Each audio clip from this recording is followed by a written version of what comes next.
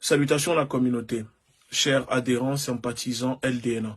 C'est votre camarade panafricaniste Eguchi Beyanzan, leader de la Ligue de défense noire africaine. Je souhaite interpeller très rapidement l'opinion publique nationale et internationale de ce drame qui vient de se dérouler il y a à peine 24 heures dans la ville de Saint-Étienne. La communauté noire de France, et plus précisément la communauté noire de Saint-Étienne, est en deuil. Un frère, père de famille de 26 ans, Youssoufa, vient de nous quitter, assassiné, tué par une bande de négrophobes, une bande de personnes racistes, une bande d'ignobles, une bande de sauvageons qui n'ont pas hésité à se déchaîner dans une violence inouïe sur ce frère, sur ce père de famille. Youssoufa revenait de son sport, de son jogging, parce qu'il aimait faire du sport, faire la musculation et la boxe.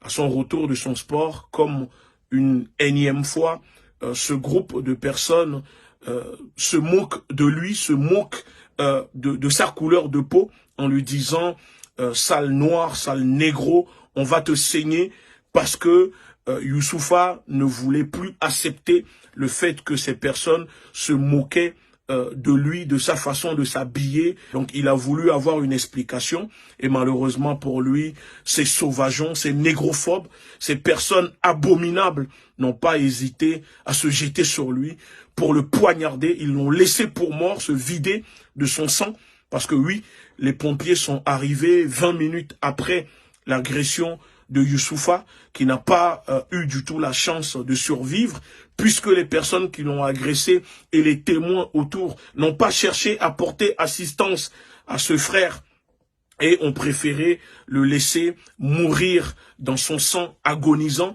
Et malgré qu'il était déjà en train de mourir, un des agresseurs est revenu le mettre des coups de pied dans la tête. Oui, ils sont revenus le shooter dans la tête parce que l'objectif était de tuer du nègre. Ça se voyait que ces personnes cherchaient à tuer du nègre. Et nous disons que ce meurtre ne doit pas rester impuni. Parce qu'aujourd'hui, les autorités françaises de Saint-Étienne, le procureur, la police, ne parlent pas du caractère racial, du caractère négrophobe, raciste de ce meurtre. Parce que oui, les individus ont pris la peine d'insulter à plusieurs fois Youssoufa avant de passer au meurtre, avant de le tuer, parce que pour nous c'est prémédité. C'est prémédité et donc il ne faut pas que les autorités françaises cherchent encore une fois à occulter ce côté-là de ce meurtre, parce que nous savons que les autorités françaises sont complices de cette négrophobie, de la haine anti-noire qui monte en France, de cette ambiance de négrophobie qui monte en France, parce que l'État français ne veut pas assumer ce que en France il y a du racisme, de la haine anti-noire. Alors puisque les médias ne parlent pas ou ne veulent pas diffuser cela, à nous de faire le travail à la place de ces médias. Et c'est pour ça que nous vous invitons, s'il vous plaît, à diffuser au maximum cette vidéo pour que le monde entier soit au courant que Youssoufa, père de famille d'une petite fille de 3 mois, vient de se faire assassiner, tuer, poignarder par une bande de criminels, une bande de négrophobes. Sur le groupe de personnes qui ont commis ce acte abominable, 3 personnes sont arrêtées, 3 autres sont en fuite. Alors, nous demandons aux personnes, toute personne ayant des informations, n'hésitez pas à nous contacter ou les diffuser à la police.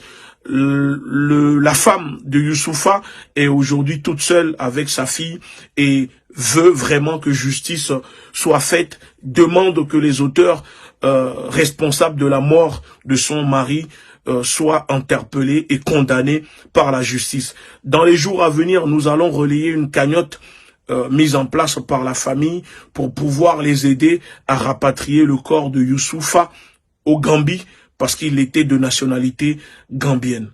Au nom de la Ligue de défense noire africaine, nous souhaitons nos sincères condoléances à sa femme, aux proches et à la famille, parce que la négrophobie est une abomination que nous condamnons sévèrement et fortement. Merci beaucoup.